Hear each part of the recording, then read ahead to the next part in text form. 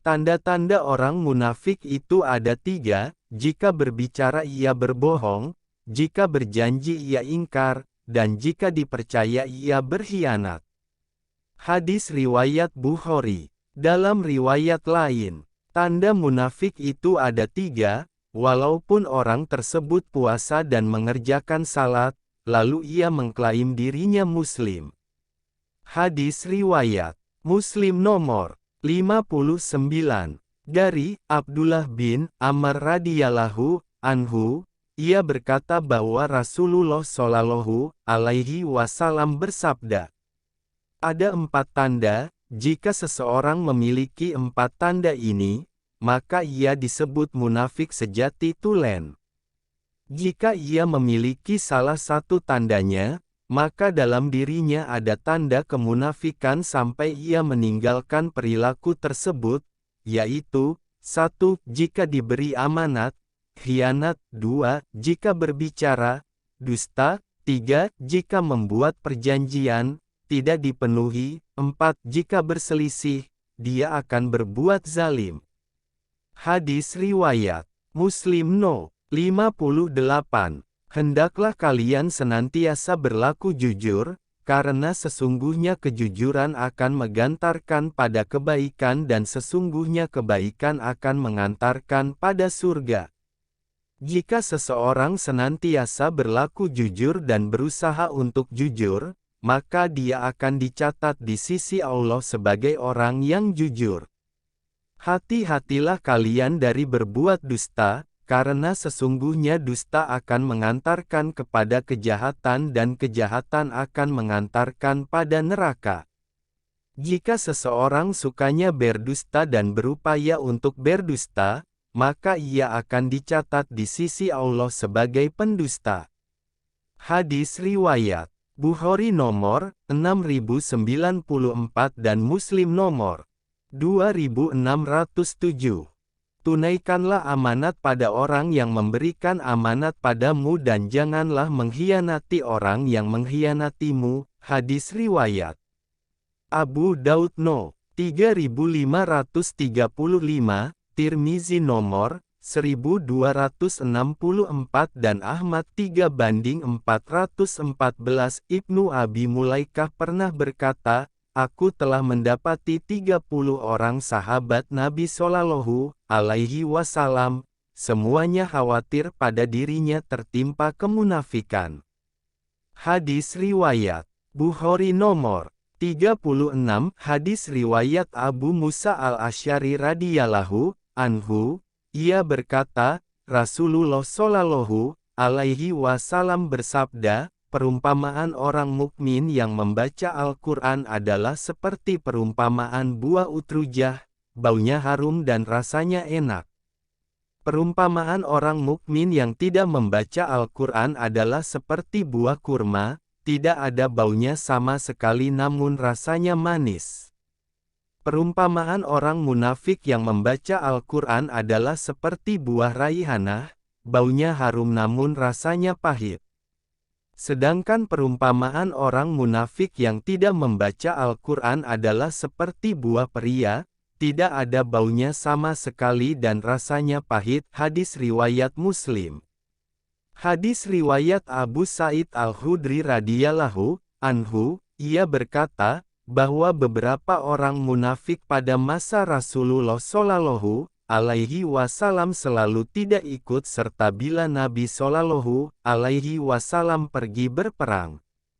Mereka bergembira ria dengan ketidakikutsertaan mereka bersama Rasulullah Shallallahu alaihi wasallam, lalu apabila Nabi Shallallahu alaihi wasallam telah kembali, mereka mengemukakan alasan kepada beliau sambil bersumpah dan berharap mendapatkan pujian dengan apa yang tidak mereka perbuat. Maka turunlah ayat, janganlah sekali-kali kamu menyangka, bahwa orang-orang yang gembira dengan apa yang telah mereka kerjakan dan mereka suka supaya dipuji terhadap perbuatan yang belum mereka kerjakan, janganlah kamu menyangka mereka akan terlepas dari siksa. Hadis riwayat Muslim. Ditanyakan kepada Rasulullah Sallallahu Alaihi Wasallam, apakah seorang mukmin bisa menjadi penakut? Beliau menjawab, ya. Lalu ditanya lagi, apakah seorang mukmin bisa menjadi bakil? Beliau menjawab, ya. Lalu ditanyakan lagi, apakah seorang mukmin bisa menjadi pembohong? Beliau menjawab, tidak. Hadis riwayat Malik dari Sofwan bin Sulaim dalam Al-Muwatta.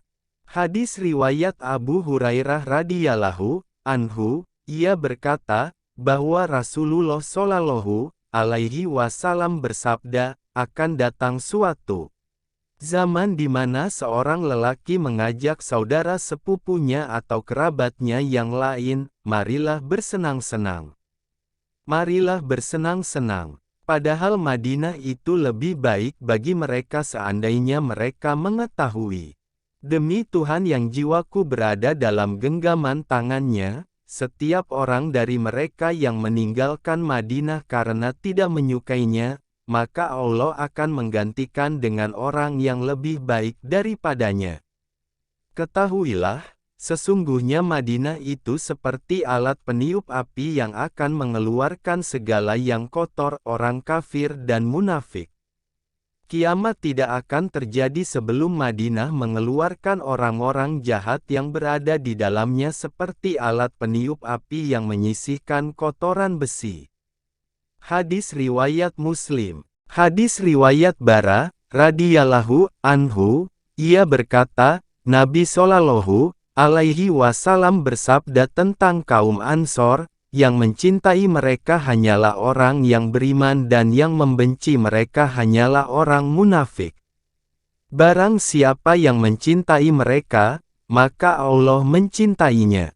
Dan barang siapa yang membenci mereka, maka Allah membencinya.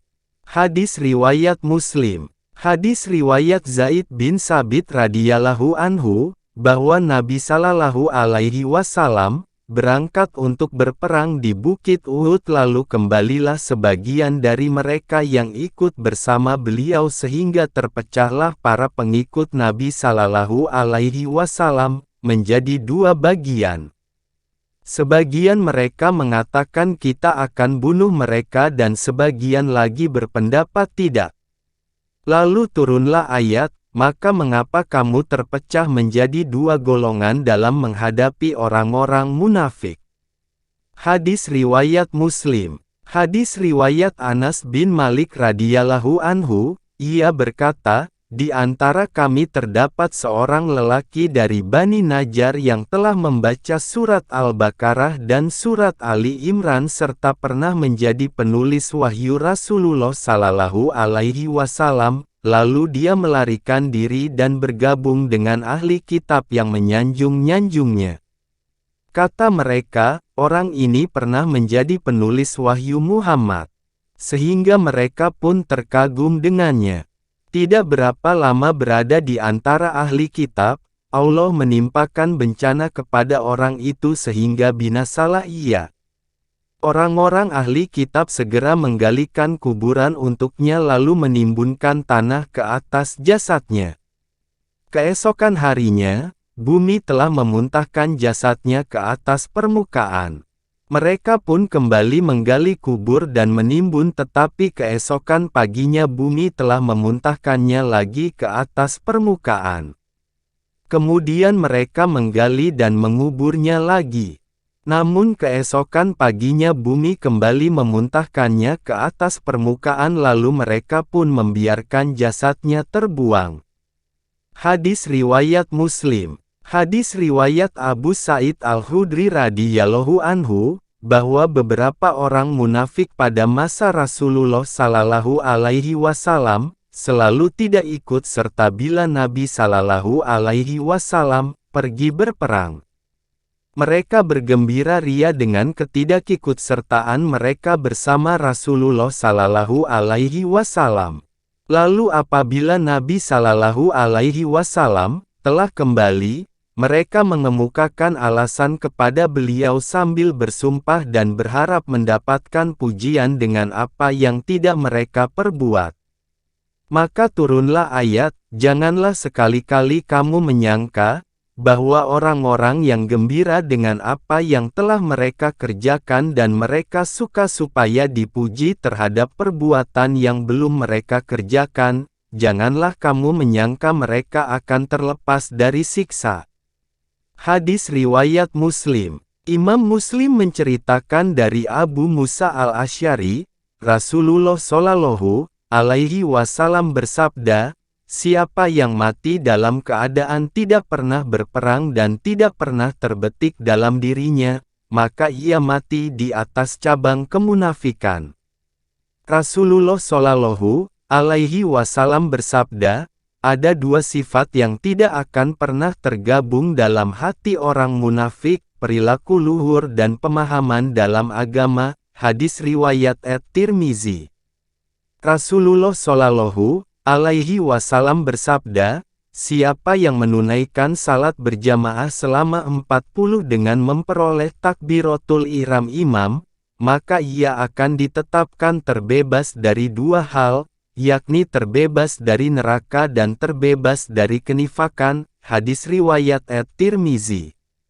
Dari Anas radhiyallahu anhu bahwa Nabi Shallallahu alaihi wasallam bersabda, tanda iman adalah mencintai orang-orang Ansar dan tanda munafik adalah membenci orang-orang Ansar. Hadis riwayat Bukhari dan Muslim.